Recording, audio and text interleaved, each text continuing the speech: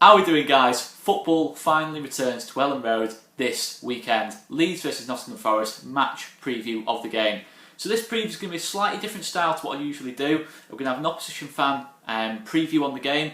Mainly it's going to be an interview between myself and a channel called Dore on Tour. You may well be aware of it. He's a Nottingham Forest vlogger. Make sure you subscribe to him. Absolutely top guy. One of my closest friends in the YouTube game. Fantastic person, fantastic channel. Make sure you subscribe to him. Met him quite recently at the Football Blogging Awards. Top fella. So make sure you subscribe to him before I go on to that. But anyway, just a few pre-thoughts on the game. In terms of team selection, I think the team pretty much does pick itself. I think it has got to be that team that started at Bristol City in the 4-1-4-1 system. But we're looking at Kiko Casilla in goal, Stuart Dallas, Ben White, Liam Cooper, Barry Douglas as the back four. I think that has to be an absolute given.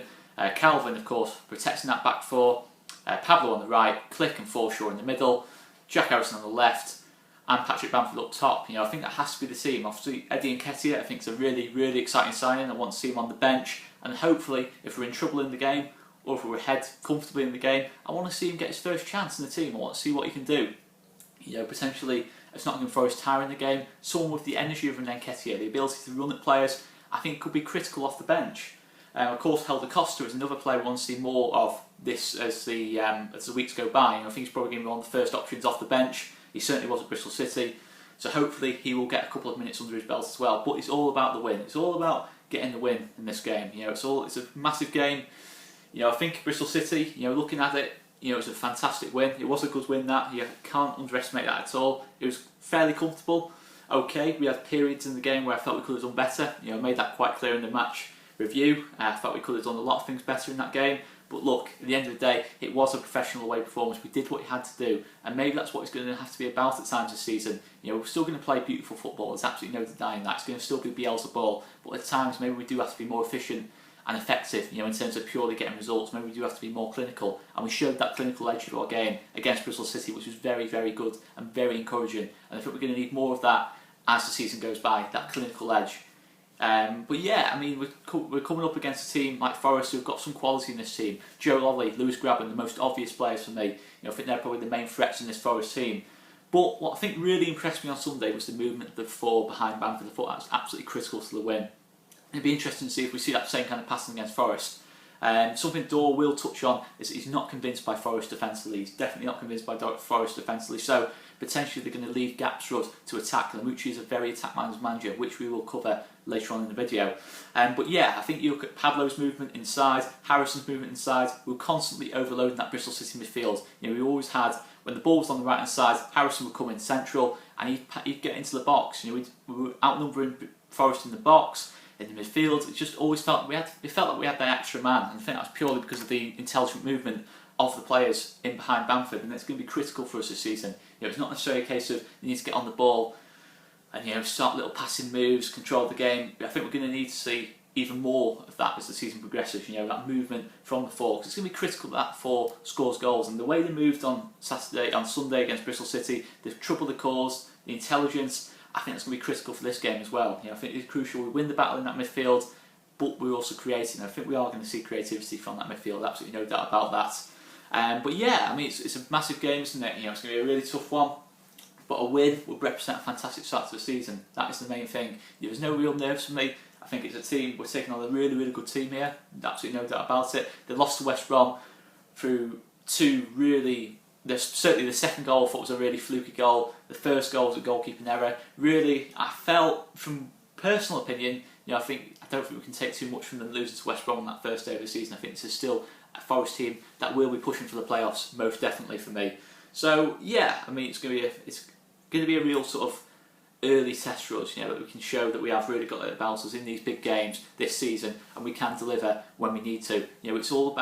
It's all well and good, looking good when we're 3-1 up against Bristol City or cruising in other games. It's about delivering when it matters. At times last season, Sheffield United at home, Norwich at home, we didn't deliver when it mattered. I don't like the word bottling. I never like the word bottling, but we weren't at our best in those games. We didn't quite deliver our A game in those games. Absolutely no doubt about that at all. So yeah, it's a big test. But hopefully, it's an early indication that we are going to progress from last season. That's the main thing.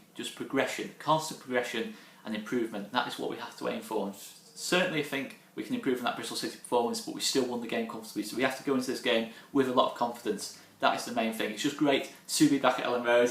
I think since that Derby game, I think it's all about that first game back, and it's a big chance to completely remove that from the memory, that Derby game for me. But I'm going to go to the interview with Dore on Tour right now.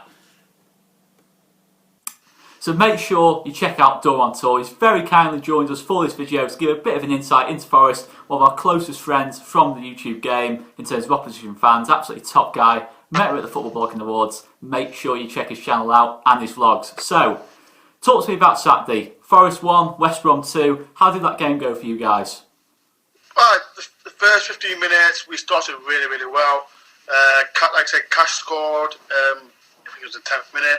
And then when West Brom scored the equaliser, we started poor. Then they scored a fluke goal, and then from that we didn't get going at all. Second half, I don't think we had one chance at all. So to be fair, we were just poor. It didn't go well for us. But credit to West Brom, they defended well. But like I said, we didn't get going at all. Grabbing, isolated, he didn't do nothing. The only bright spot from that game was the new signing from Forest was Semedo. He's a centre midfielder from Benfica. That was the only bright spot from the game. But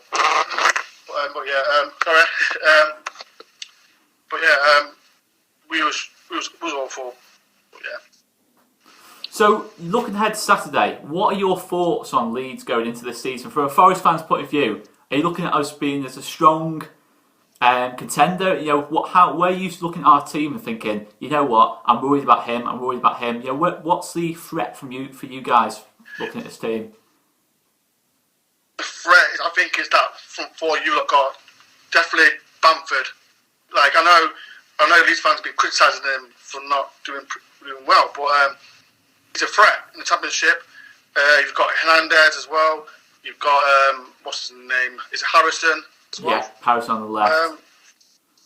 Harrison on the left, and who's the other guy? A Click through the middle. Click, that's it. He's a threat as well. And you got Clark as well. Who just got back on loan from Leeds. Leeds, I think they'll be up there. They are going to be up there. I know you lot were saying, because you've not brought no one in, but I think you'll be up there. I think you'll win it. Really? The actual whole league? Yeah, I think they'll win the whole league because, like I said, when I've seen clips of the Bristol City game, and you control the game. You control the game against a good Bristol City team, a strong Bristol City team. And when Hernandez scored, I thought Leeds got this. But yes, I think Leeds will be up there. Probably win the closest tomorrow. I think you have to 2 more players, I think, can't you? So, yeah, I mean, we're rumoured to be looking at Eddie Nketiah as a striker to replace Kemar Roof. I hope he doesn't go to you lot. I mean, look at that side and think, wow, if that goes through, it'd be a massive one. But the other one we're looking 100%. at potentially Ryan Kent. I think every single championship club in the league, every single championship club has looked at Ryan Kent at some point, haven't they? So that'll be interesting as well if that comes through. But we'll have to wait and see, mate. Are you guys after anyone potentially coming in before Saturday? We brought in Carl Jackson today, the right back from Arsenal. Okay. 2 million. I know we're after a goalkeeper, but I think he's more of a backup goalkeeper, to be fair. And then I think we're looking at a striker, but he's from a French league, but I've never heard of him because we need strength and depth up front. Grabbing, if he gets injured, we're bothered. So we do definitely need a striker. I know we've got Rafa Mir from Wolves, but we need at least another striker just to back him up. But yeah, it's embarrassing. Like I said, I like Leeds. Like I said, Leeds. I wish we had Bamford. I wish I had Bamford. What's the situation with Bamford? Because I rate him. I mean, it's an interesting one, Bamford. I think he's always been sort of a form player. I think Graben's a little bit of the same. You'll go 10 games and you'll be the best player in your team by an absolute mile. Be 10 out of 10 every game, and then you'll have 10 games where he's the biggest villain in the whole of the city. He's one of those kind of players. I'm sure Lewis Graben is very similar, certainly from what I've seen of him. And I think that inconsistency sometimes gets something that gets a little bit criticised for. I think he's sort of a victim of the players he plays with as well. I think when you got people like Pablo Hernandez, Click, Helder Costa as well coming in, players of really high calibre, and you're thinking the pressure is on. You've got to meet those standards. There's a lot of pressure on him. I do feel for him. I think something we've tried to do on the channel quite a lot is back Patrick Bamford. We've said being fully. The main thing is he gets himself into the positions. His movement's absolutely superb. Sometimes his finishing is frustrating. He misses chances. Let's not make any mistakes about it. He does miss chances, but name me a striker in this league who doesn't. It's it's just the way it is sometimes. I think he is similar in some ways to Lewis Grabban, but from our point of view, I think if you ask most Leeds fans, if they had a choice between Lewis Grabban and Patrick Bamford, they are probably going for Lewis Grabban. I think he's just that little bit more clinical. I think obviously Patrick Bamford has different strengths, but I think Grabban's that kind of striker you have who he almost guarantees you sort of 20 goals. I mean, he got about 18 last year, didn't he? Despite being out for most of the season. 18 goals, yes, he did. Which is very impressive considering the manager change. Obviously Martin O'Neill came in, it didn't work out for him. Probably didn't have that many chances to score, did he? It's one of those. But you look at this. Going into this season, obviously Sabri Lamouchi is not someone we know a lot about. Obviously, we know he's managed the World Cup for the Ivory Coast. He's had jobs in France as well, I believe. I think that was at Rennes. At Rennes, sorry, at Rennes. Yeah. What are you kind of expecting from Lamouchi? Sorry, mate, can you just drop your screen down a tiny bit? Get you. There you go. Yeah. There you go. Okay. Yeah. Yeah, got you in there. With Samuel Lamouchi, like I said, when he came to Forest, no one knew who he was. Like I said, he'd done well with Ivory Coast in the World Cup. I know he was with Rennes for 5 months, and I think he didn't do well.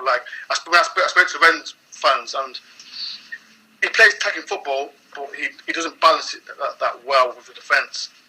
But to be fair, he's brought in good players in. He's brought Thiago Silva, and like I said, he's brought Semedo, the centre midfielder. He's brought a left back in Nuno. I can't pronounce his name now.